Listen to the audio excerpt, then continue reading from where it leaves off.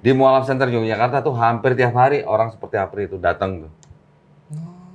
Bener. Nanti ada yang mahasiswa, ada yang udah kerja, ada yang aktivis gereja malah. Saya bersyukur di Indonesia mayoritas Islam gitu. Alhamdulillah. Karena apa? Karena kalau bukan mayoritas Islam mungkin sudah kebejatan di mana-mana kan. Atau ini aja, ini bahasa Inggris nih. Kan sama isinya. Waduh, keluar lagi tuh persan udah di rukun itu.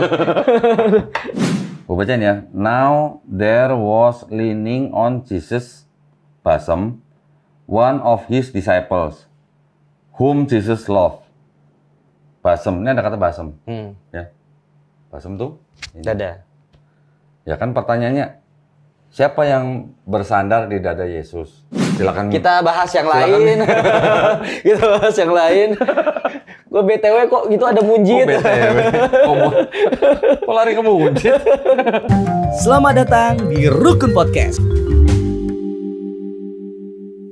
Assalamualaikum Ko Dondi. Waalaikumsalam. Masya Allah. Mana aja? Jadi begini kok. Waduh. Urusan duniawi ternyata luar biasa. Waduh. Kayaknya ada kabar gede nih kayaknya nih. Kabar gede banget tuh, luar biasa. Apa tuh? Jadi rukun itu insya Allah akan tetap istiqomah. Tapi urusan duniawi, personalnya itu harus dicukupi dulu kok. Oh gitu? Oh iya. Maksudnya dicukupi apa nih? Ternyata memang luar biasa ya kalau berjuang di dakwah itu ya. Artinya kita pingin dakwahnya tetap konsisten, istiqomah, tapi kita tidak melupakan bahwasannya kita hidup di dunia itu butuh makan. Ya, itu namanya perjuangan ya. Perjuangan. Kalau buat dakwah selain perjuangan juga pengorbanan. Pengorbanan. Tapi ngomong-ngomong kaosnya bagus tuh, beli di mana? Wah ini gimmick. Gimmick udah lama gak kesini kan. Herjin, oh hari gini pagan. Hari gini pagan. Kok ada foto gua? Ya kan lu yang ngasih kok. Emang gimmick banget ya pas. Jadi kita kesini tuh kok. Sebenarnya kepo. Kepo apa? Kok ini dari bulan Ramadan. Kita kan kalau misalnya konten sama Ramadan kan ya dakwah tentang puasa segala macem. Kodoni update-nya berbondong-bondong banyak banget yang mualaf tuh. Ya nggak tahu, mereka datang sendiri. Tiba-tiba banyak yang menghubungi Kodondi gitu. Iya. Ya ada yang lewat IG, ada yang dari WhatsApp, ada yang dari YouTube gitu. Ya nggak tahu. Allah semua itu kan. Rata-rata punya alasan apa itu, Pak? Macam-macam lah. Tapi apa ya? Ada yang galau gitu sama ajarannya gitu. Wah, artinya dialog juga sama Kodondi. Ya itu kemarin yang ada Mas Apri itu.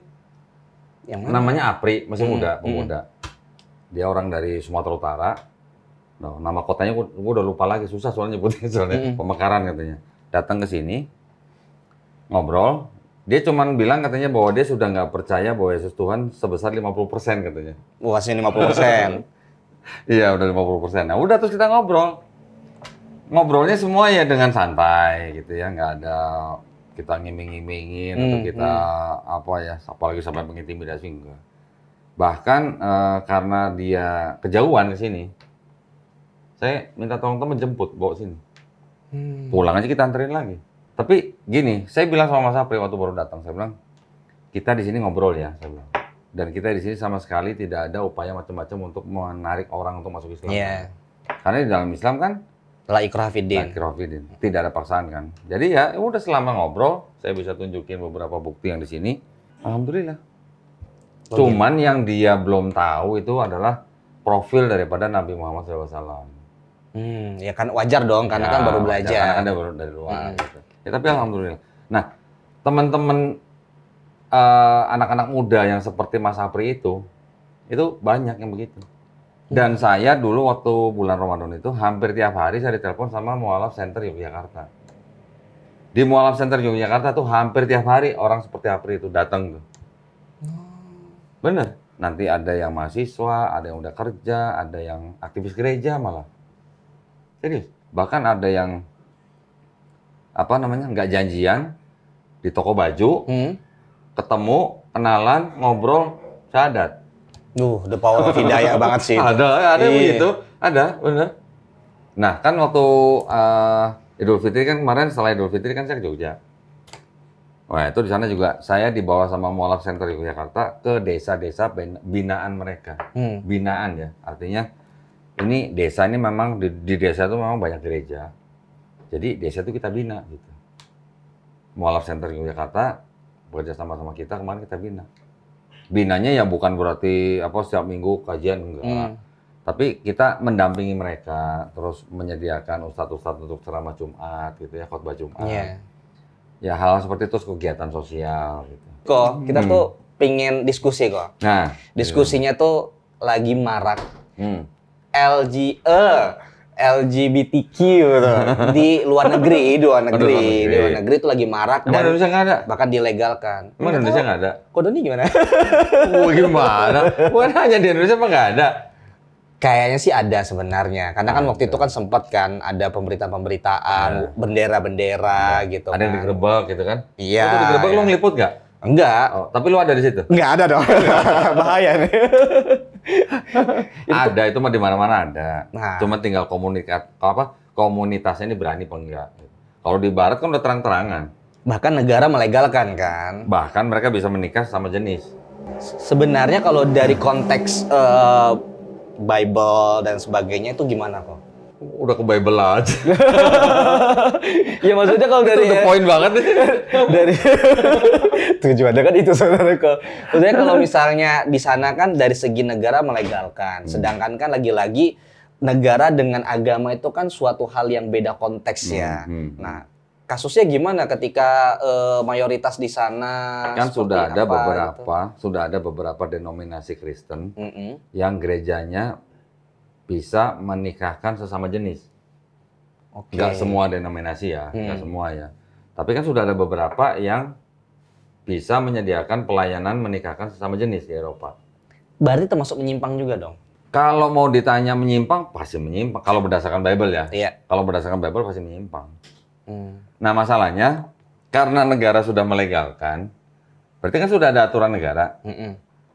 Kalau ada gereja yang menolak untuk memberikan pelayanan itu malah melanggar aturan negara gitu jadinya. Iya, benar. Jadi gereja-gereja yang selama ini tidak bisa memberikan pelayanan menikahkan sama jenis, malah mereka dilema sekarang. Kalau mereka menolak, mereka melanggar aturan negara gitu. Iya. Tapi kalau mereka melayani, mereka mungkin masih bertentangan lah internalnya gitu. Belum semuanya bisa gitu. Tapi kalau misalnya memaksakan untuk melarang karena memang ajaran tidak seperti itu gitu kan. Ya itu kan juga ada landasannya kan kok sesuai dengan keyakinannya kan. Iya. Gitu. Di Bible sendiri tuh nggak boleh sebenarnya. Nah, kalau misalnya yang membolehkan itu landasannya gimana kok? Hak asasi apa gitu. Oh, bicara lebih ke hak asasi ya. Iya. Sekarang juga kan pembicara-pembicara yang dari feminisme ya, terutama juga yang nanti transgender. Itu lagi marak sekarang di Eropa, di Amerika. Lagi marak. Mereka sedang menuntut untuk diakui gitu lah. Di Indonesia pun ada ya. Mungkin sudah ada, cuman kan mungkin belum terlalu muncul gitu lah. Tapi kan kita ya bicarakan ini kan soal perilakunya ya, bukan bicara soal personal sosialnya. Ya. Kalau Ko Doni sendiri pernah membahas terkait itu? Males gua. Tapi dulu sih pernah. Waktu yang Bible ada beberapa ayat yang mengindikasikan ini yang disebut LGBT nih, yang dimaksud gitu ya, LGBT ada. Tapi istilahnya jauh sekali yang dari kita bayangkan. Apa emang? Bukan ya? Iya. Kan kalau ke sini kan harus berlandasan dengan ini dong. Nah, gua nggak tahu nih, ini kan ada TB. Udah tahu TB2? Apa itu TB2? Terjemahan baru versi 2. Oh, nggak tahu. TB2. Selama ini kan yang dipegang di Indonesia kan TB kan, terjemahan baru kan. Ini berarti yang paling baru lagi? Iya, itu baru. Itu baru 2023 tuh keluarnya. Nah, ini kan yang terjemahan baru nih. Ini kalau nggak salah kan terbitan tahun 1974 nih. Ini 2023. Perbedaannya signifikan kok? Ada beberapa. Ya, ini ada buku penjelasan ini. Apa aja yang di... Oh, ini ya memang koreksi. ada penerangannya ya di sini Ada. ya? Banyak juga sih sebenarnya. Ada beberapa. Ini ada yang buat tandain kuning nih. Baca nih. Yang paling bawah tuh. Tanda kurung tegak dalam perjanjian baru TB2, teks-teks yang ditandai dalam kurung tegak tidak terdapat dalam beberapa naskah kuno. Jadi yang tadinya di TB tidak diberi kurung tegak, di sini ada yang diberi kurung tegak. Jadi pada penambahan lah berarti intinya. Pada versi yang ini mereka mengakui bahwa ayat itu tidak ada di naskah-naskah kuno yang sebelumnya. Jadi artinya itu adalah dipandang itu ayat-ayat yang ditambahkan belakangan gitu. tambahan. Tambahan ya. Kalau Quran nggak bisa kok begitu kok. Coba, saya pengen tahu juga nih. Lu bacain ya? Ya, mana? Tapi ini nggak ada hubungan sama LGBT sih sebenarnya. Nah. Jadi kita sebenarnya mau bahas apa ini? Ini kan nanti, ini cuma ngasih lihat doang. 23 ayat 1. Orang yang tidak boleh masuk jemaah Tuhan. Ayat 1. Iya, baca. Orang yang hancur Kok berhenti? Orang yang hancur buah pelirnya atau yang terpotong kemaluannya janganlah masuk jemaah Tuhan. Oh, di sini sebenarnya penekanan untuk melarang. Bukan, ini sih bukan. Gue cuma ngerjain lu doang. Gue marah banget. Itu tentang apa kok? Ini orang yang tidak boleh masuk jamaah Tuhan. Ya berarti Salah satunya orang yang hancur buahnya gitu. Nah, kalau yang berhubungan sama LGBT, ya ngaruh dong, masuk konteks dong berarti Kong. Emang ini mau bahas nih buah nih. Nih sebentar nih. Nah nih ayat 17 nih. Baca. Menentang persundalan di tempat kudus di antara anak-anak perempuan. Jadi pelan suaranya. Tadi kencang. Takut salah nih. Di antara takut kaget. Iya. Di antara anak-anak perempuan Israel janganlah ada pelacur bakti, dan di antara anak laki-laki Israel janganlah ada semburit bakti. Tahu nggak? Enggak. Semburit bakti. Apa itu? Bakti apa? Servis kan? Iya. Pelayanan kan? Iya. Bakti kan? Semburit apa? Waduh. Hal-hal yang berkaitan dengan belakang ya? Nah, ya. Oh. Ya, coba gua melihat ya yang di versi yang baru nih ya. Oh, sekarang udah agak sedikit berbeda tuh. 23:17. Di antara Semburitnya hilang. perempuan Israel pelacur bakti, dan di antara laki-laki Israel pun janganlah ada pelacur bakti. Oh iya. Ya, yang di sini semburit, di sini jadi apa? Pelacur. Hilang ya? Hilang kan? Kan tadi kan dibilang kan semburit bakti, berarti kan untuk laki-laki kan?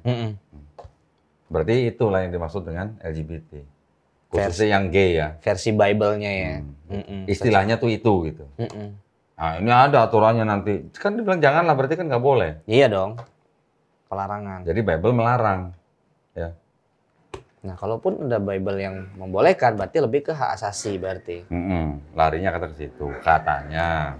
Itu kenapa di Indonesia juga bermacam agama, keyakinan melarang masuknya LGBT. Kemarin saya kalau nggak salah lihat video seorang pendeta. Saya sebut namanya nggak apa-apa ya. Namanya pendeta Mel Atok. Kalau nggak salah dari NTT. Saya dengar ceramahnya dia tuh begini, khotbahnya dia begini. Saya bersyukur di Indonesia mayoritas Islam gitu. Alhamdulillah. Karena apa? Karena kalau bukan mayoritas Islam mungkin sudah kebejatan di mana-mana kan. Wah, boleh juga nih statementnya gitu ya.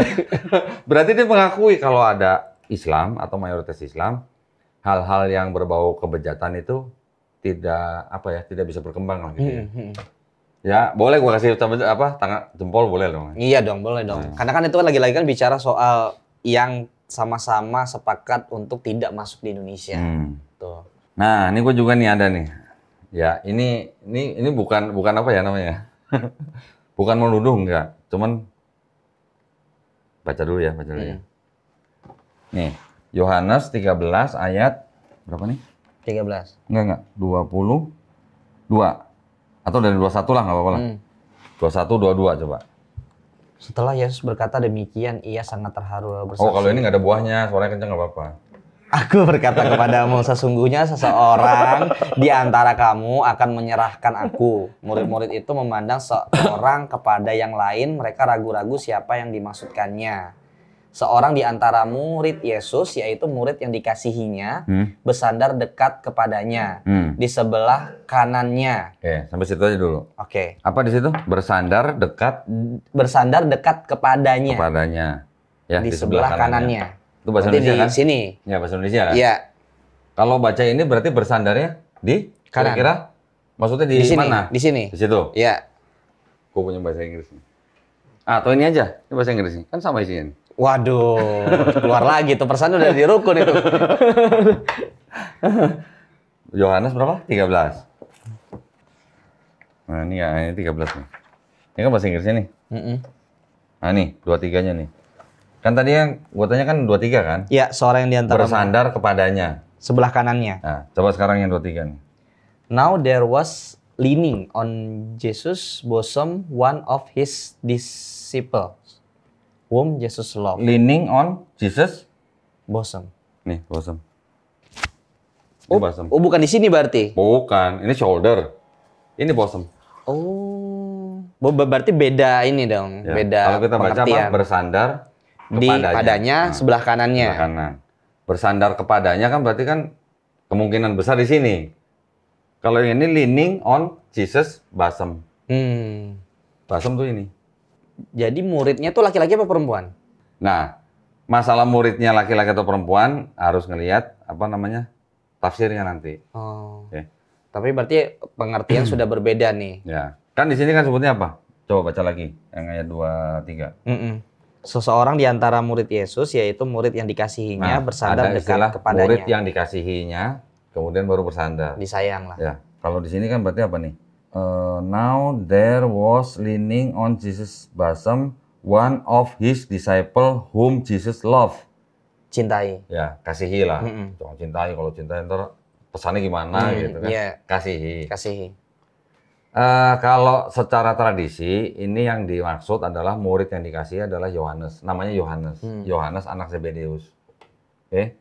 Tetapi kalau secara umum, dan juga dilihat dari apa namanya tulisan-tulisan di luar Bible, itu ada juga yang disebut murid yang dikasihi itu nggak cuma Yohanes anak Zebedeus.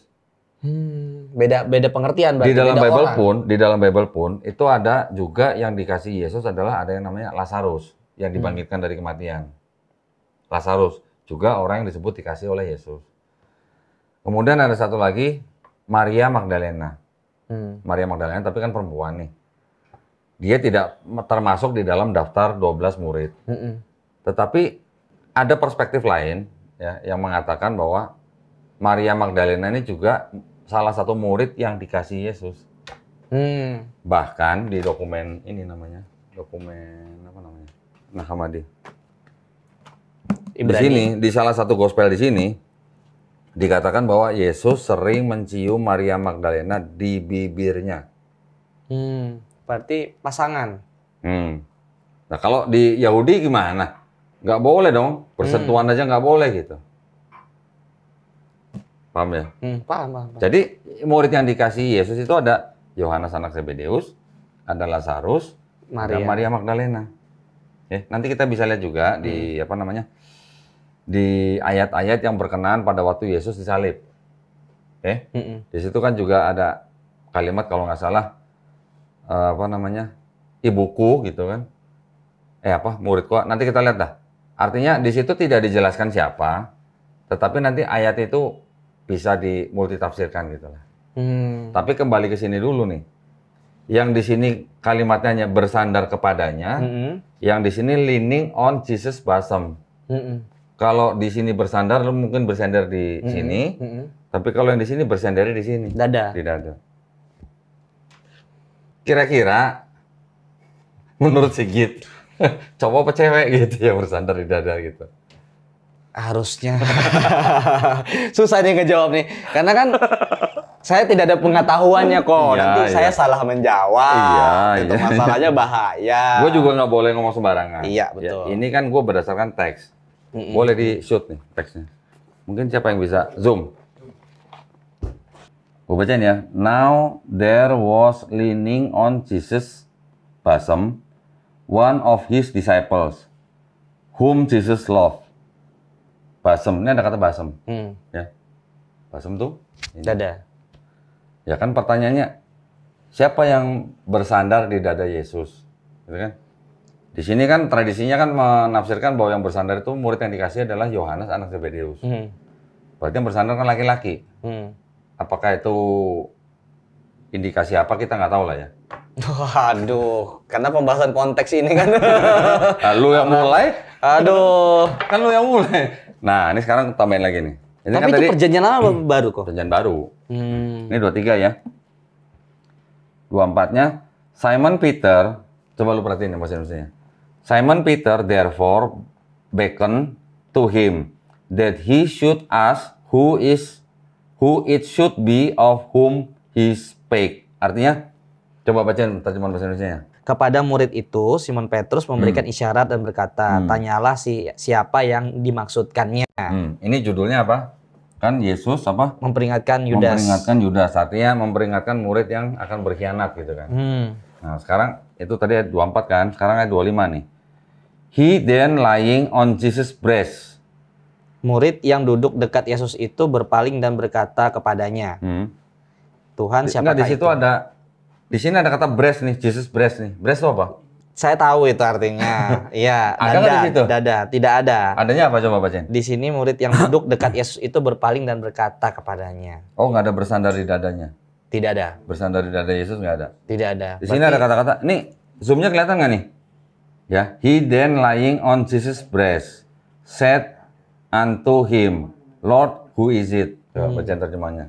Murid yang tanyalah siapa yang dimaksudkannya kepada murid yang di dekat Yesus itu berpaling dan berkata kepadanya, Tuhan siapakah itu? Ya, jadi Petrus menyuruh murid yang bersandar di kalau di sini dada Yesus untuk bertanya siapa orang itu kan. Maksudnya yang mau berkhianat gitu lah. Kalau poin saya sih cuma gini. Ini siapa yang bersandar di dada Yesus nih? Tadi kita sudah tahu bahwa murid yang dikasih Yesus itu ada Yohanes anak Zebedeus, ada Lazarus, ada Maria Magdalena. Dari dokumen di luar Bible dikatakan bahwa Yesus sering mencium Maria Magdalena di bibirnya. Ya, poinnya sih cuma begini aja. Kalau ini yang bersandar di dada Yesus ini adalah Yohanes anak Zebedeus, kira-kira ada apa gitu? Apakah itu normal untuk tradisi Yahudi atau tidak? Kita nggak tahu ya. Ya berarti kan silakan untuk ya silakan coba baca literasi sebelumnya. Ya. Tapi kalau memang Yesus misalnya, anggap aja Yesus yang mencium Maria Magdalena di bibirnya, berarti ada indikasi bahwa Yesus menikah dengan Maria Magdalena. Ada kemungkinan nggak nih yang bersandar di dada Yesus nih Maria Magdalena gitu. Poin gue cuma gitu. Karena di dalam Yahudi, tradisi Yahudi, itu sama dengan Islam. Ya. Kalau bukan suami istri, nggak boleh sentuhan. Ada penulis-penulis di Barat yang menganalisis bahwa peristiwa ketika seorang perempuan yang datang ke Yesus untuk menuangkan minyak yang harganya mahal dan menyeka dengan rambutnya, itu sebenarnya adalah prosesi pernikahan. Ada yang bilang begitu. Gitu ya.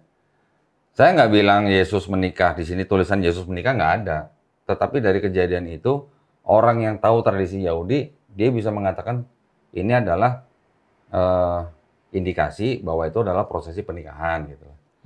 Nah kalau saya yang kita bahas sekarang ini, karena lo tadi lo yang mulai, jadi gue yang kena. Di sini ada kata-kata now there was leaning on Jesus' bosom, yang ayat 25-nya, he then lying on Jesus' breast. Jadi ada seseorang yang bersandar di dada Yesus. Kalau bilang sebelah kanan ya? Ya. Yang berarti di sini. Gitu. Pertanyaannya yang bersandar di dada Yesus nih murid laki-laki atau perempuan gitu. Karena Maria Magdalena di perspektif yang kelompok lain juga dianggap sebagai murid.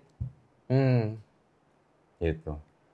Nah kalau laki-laki berarti apakah normal? Apakah itu indikasi tertentu? Kita nggak tahu ya. Waduh, nggak kita ikutan. Jangan ya, kita nggak ikutan. Tapi kalau memang itu perempuan dan di dokumen lain ada dikatakan bahwa Yesus sering mencium Maria Magdalena di bibirnya, berarti itu memang pasangan suami istri gitu. Berarti menikah. Ya. Wah ini gitu doang sebenarnya. Ya. Silakan. Kita bahas yang lain. Kita bahas yang lain. Gue BTW kok gitu ada mujid. Oh, BTW. Kok lari ke mujid? Dari dada Yesus jadi ke mujid. Karena itu ranahnya mungkin silakan ditafsirkan masing-masing ya kok ya. Ya, saya nggak berani menyimpulkan. Berdasarkan teks yang sudah ada di situ dan kodon dibaca tadi kan, ada perbedaan antara bahasa Inggris. Ini perjanjian lama berarti ya? Yang baru. Tadi dibaca perjanjian baru. Oh, ini juga perjanjian baru. Iya, ini sama-sama. Kan Yohanes. Berarti perbedaan di arti mengartikan ininya ya. Jadi kalau yang di bahasa Inggris ada kata-kata dada Yesus. Bersandar di dada Yesus. Kalau yang di bahasa Indonesia hanya bersandar kepadanya. Gitu. Itu aja sebenarnya. Apakah di sini nggak ada kata dada Yesus karena maksud tertentu, kita nggak tahu.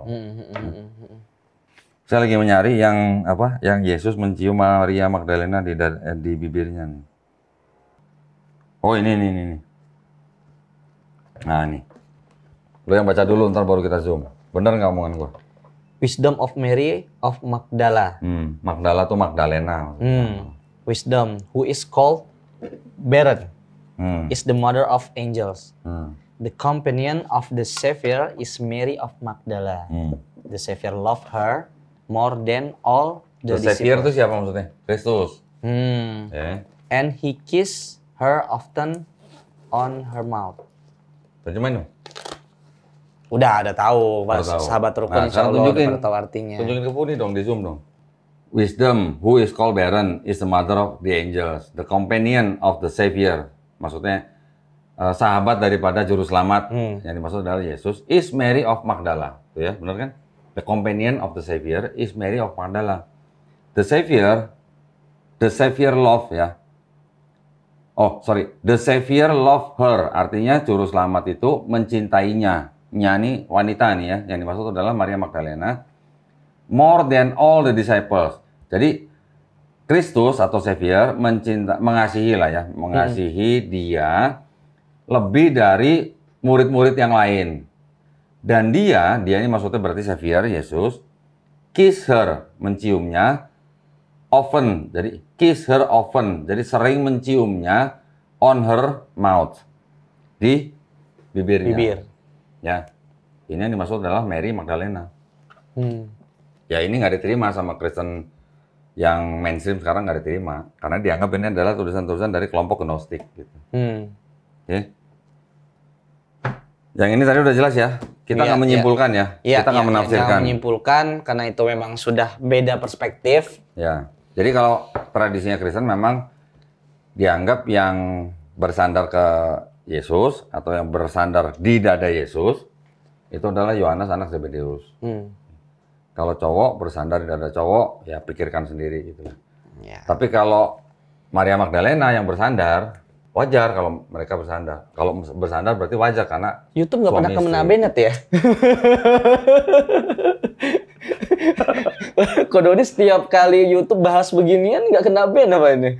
Loh kenapa kenapa orang ada teksnya? Iya benar. Karena ada teksnya. Kecuali saya Kan tidak ngarang. bermain asumsi ya. Iya, nggak boleh asumsi dong. Iya benar. Nah BTW nih kok, dari banyak yang display ini kan sudah familiar lah kita ya, dari tim Rukun kan sudah berapa kali datang ke sini. Cuman yang ini nih kecil. Banyak yang baru nih. Nah, Ini itu yang nih, kecil nih. Nah, tuh coba Kok- dikasih lihat apa tuh? Satan. Jangan-jangan ini yang kemarin rame sama si Mongol ya, stand up comedian. Iya. Benar sama? Bener. Selamat datang di Rukun Podcast.